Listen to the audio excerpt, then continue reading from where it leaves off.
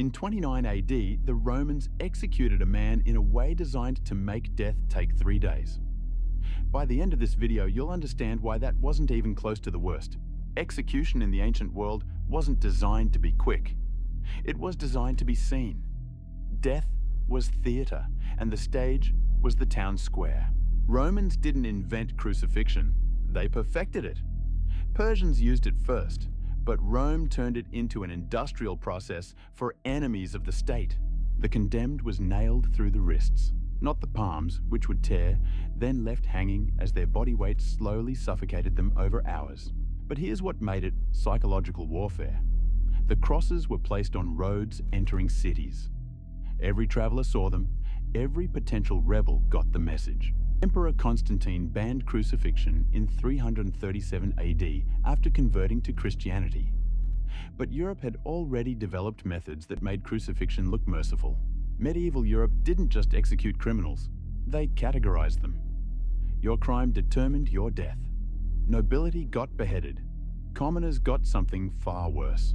Burning at the stake killed through smoke inhalation first, heat second.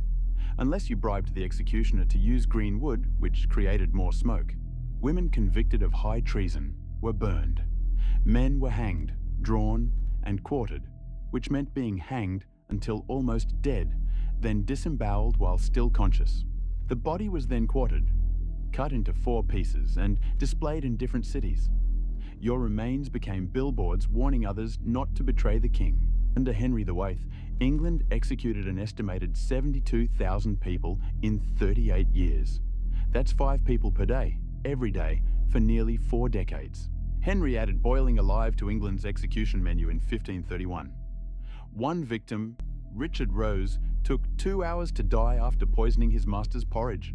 But if you refused to confess your crime, England had a solution: pressing. The executioner stacked stones on your chest until you talked or died. Here's what connects all these methods. None were designed to kill quickly. They were designed to demonstrate that the state owned your body completely. Medieval Europe took execution to an engineering level. They built devices specifically designed to maximize suffering while preventing death for as long as possible. Breaking on the wheel was considered the worst. The condemned was strapped to a wagon wheel. Then the executioner used an iron bar to systematically break every limb. The goal wasn't immediate death. The executioner deliberately avoided the chest and head.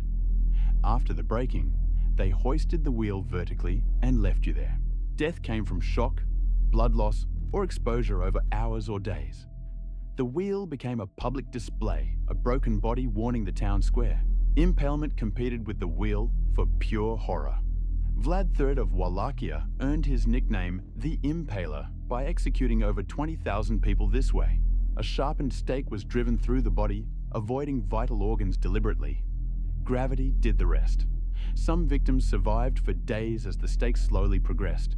The rack stretched victims until their joints dislocated. But skilled torturers knew exactly when to stop. Just before permanent damage meant you couldn't confess. The Iron Maiden is mostly myth. Only 1 or 2 real examples existed, but the pair of anguish was very real and even more horrifying. This pear-shaped metal device was inserted into body cavities, then slowly expanded via screws. The goal was internal tearing without external wounds. Rat torture sounds medieval, but it was documented across centuries. A cage of rats placed on the stomach. Apply heat.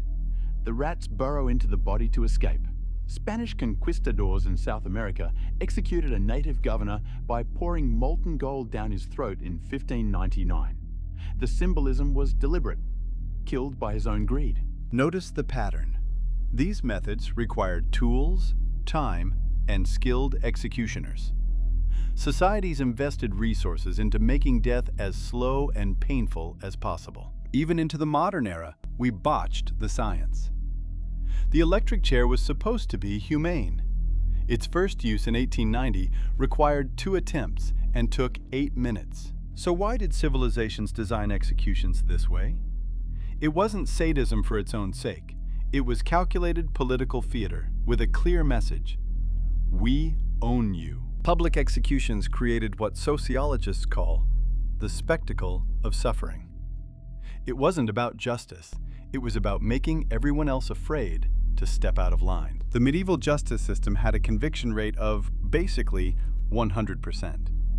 Because if you were accused, the goal wasn't to determine guilt, it was to get a confession. The 438 Code of Theodosius listed over 80 crimes punishable by death. Everything from murder to marrying the wrong person became a capital offense. Under Henry VIII, you could be executed for marrying a Jewish person. 2 gatekeepers were killed because they didn't lock the city gates fast enough. This reveals something crucial. When death penalties expand beyond murder, they become tools of political and social control, not justice. The worst executions in history share one trait: they required an audience. Private execution defeats the purpose. You need witnesses to spread the fear. That's why executions moved behind prison walls in the 20th century. Not because we became more humane, because terrorism research proved public violence inspires rebels. Modern lethal injection was designed to look medical and clinical. We're still trying to dress up execution as something other than state-sanctioned killing. But botched executions continue. Since 1973, the U.S. has documented 158 electric chair executions. 10 were botched. That's a 6% failure rate for humane death. The worst execution methods in history weren't the most painful. They were the ones that reminded you that your life belonged to someone else completely. So here's my question. Were these execution methods necessary justice or organized state terrorism? Drop your answer below and subscribe for more history that actually makes you think.